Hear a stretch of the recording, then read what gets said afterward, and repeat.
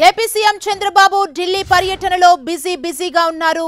ఢిల్లీలో ఉన్న సీఎం చంద్రబాబు మధ్యాహ్నం హిందుస్థాన్ టైమ్స్ లీడర్షిప్ సమ్మిట్ కి హాజరు కానున్నారు. అనంతరం 2 గంటలకు ఢిల్లీ విమానాశ్రయం నుంచి బయలుదేరి ముంబై వెళ్లనున్నారు. మహారాష్ట్రలో సీఎం చంద్రబాబు ఎన్నికల ప్రచారంలో పాల్గొంటారు. థానే, భివాండి ప్రాంతాల్లో ఎన్డీఏ అభ్యర్థుల తరపున సీఎం చంద్రబాబు ప్రచారం చేయనున్నారు. రేపు సియోన్, కొలివాడి, వర్లీ ప్రాంతాల్లో ఎన్నికల ప్రచారం చేస్తారు ఏపీ సీఎం.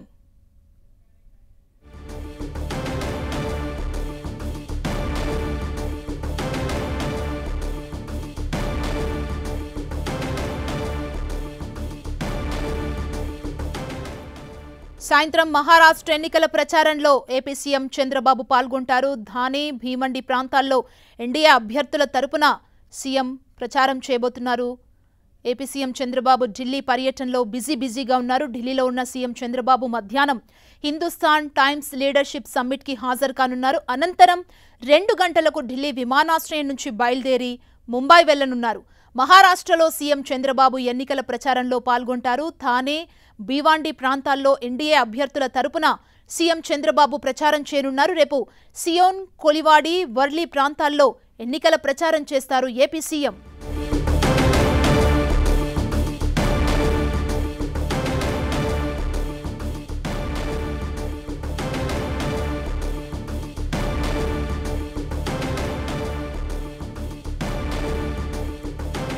ఇదే అంశానికి సంబంధించి మరింత సమాచారం మా ప్రతినిధి గోపి అందిస్తారు. గోపి, ఏపీ సీఎం చంద్రబాబు ఢిల్లీ పర్యటన కొనసాగుతోంది. ఈ రోజు మధ్యాహ్నం 12:30 గంటల సమయంలో హిందుస్థాన్ టైమ్స్ కి సంబంధించిన ఒక పత్రికా సదస్సులో ఆయన పాల్గొనడం జరుగుతుంది. అనంతరం ఇక్కడి నుంచి మహారాష్ట్రకు బయలుదేరి వెళ్తారు.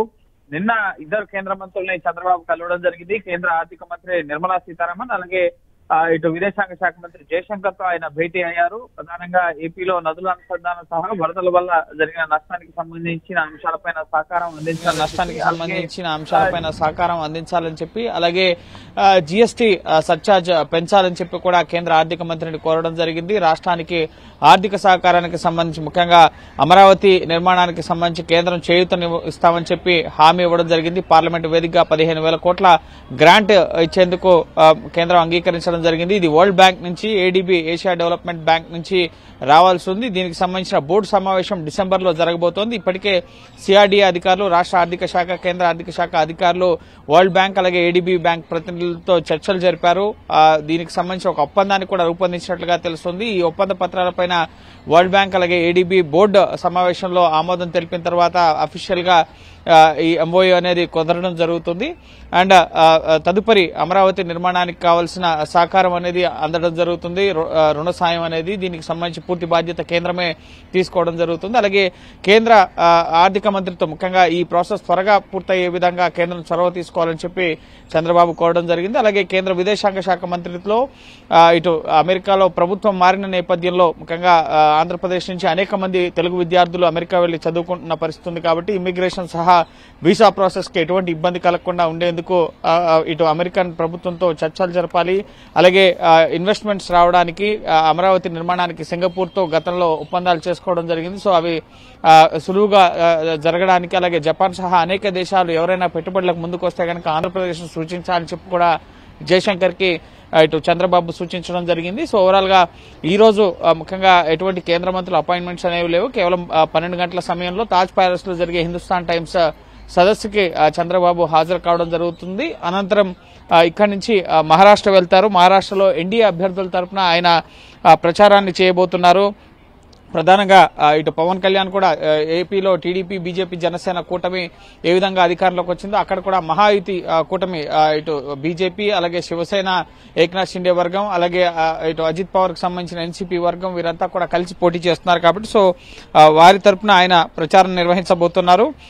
పూర్తిగా ఈ 2 రోజుల పాటు చంద్రబాబు ఇటు మహారాష్ట్రలో ఉండబోతున్నారు. ఈ రోజు, రేపు.